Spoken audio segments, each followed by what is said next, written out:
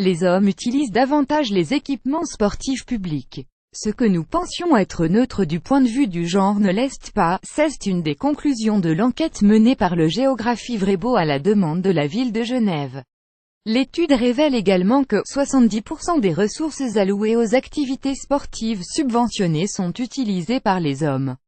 À titre d'exemple, les financements publics irriguent plus les activités typiquement masculines, comme le football, que celles plutôt prisées par les femmes. Par ailleurs, la gent féminine se trouve confrontée à certaines contraintes, familiales notamment, qui tendent à la détourner du sport. De plus, 26% des sportives interrogées disent avoir été victimes de sexisme.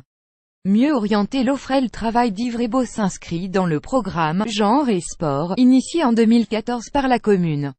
Cela fait maintenant 10 ans que nous agissons contre les discriminations dans tous les domaines, a déclaré Sandrine Salerno, conseillère administrative.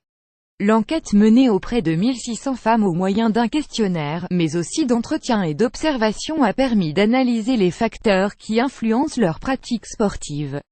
Le but: mieux orienter l'offre et répondre à leurs attentes. Être proactif une fois les constats posés, il faut agir, a déclaré le magistrat en charge des sports Sami Kanaan. Il s'agit selon lui de sensibiliser les milieux sportifs à la thématique, mais également aux mécanismes en jeu.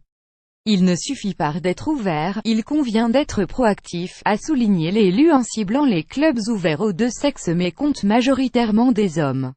Une répartition qu'il juge peu propice à l'arrivée de femmes. Son département a notamment mis en place des joggings accompagnés l'été dernier, un franc succès, d'après Sybille Bonvin, chef du service des sports. L'expérience sera dès lors renouvelée et adaptée, cela permet aux femmes d'investir l'espace public dans leurs pratiques sportives sans encourir les désagréments de la rue comme le harcèlement ou le sentiment d'insécurité, a précisé Sami Kanaan. Cibler les jeunes d'actions seront aussi menées par le service de la jeunesse.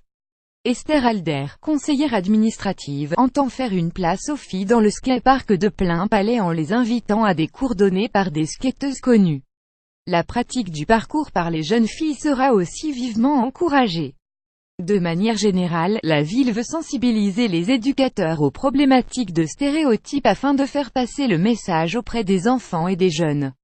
Mineurs ou adultes, la ville souhaite décloisonner les sports, c'est-à-dire permettre à des hommes de pratiquer des activités que l'on attribue aux femmes et vice-versa, a déclaré Sandrine Salerno. Un travail de Sisyphe, d'autres actions seront mises en œuvre, comme la mise en place d'une halte garderie au centre sportif du bout du monde pour éliminer la contrainte de la garde d'enfants dans la pratique sportive, ou le développement d'activités familiales. Le conseil administratif veut mener une politique contre les discriminations à moyen terme. Outre des actions concrètes, des analyses et des campagnes de communication sont prévues. Le rééquilibrage envisagé des infrastructures et des 5,6 millions de francs de subventions municipales annuelles devra être opéré, dans le dialogue avec les associations et les clubs, a indiqué Sami Kanaan. Idéalement, il ne devrait pas être fait au détriment de qui que ce soit. La lutte contre les discriminations est un travail de Sisyphe, a conclu Sandrine Salerno.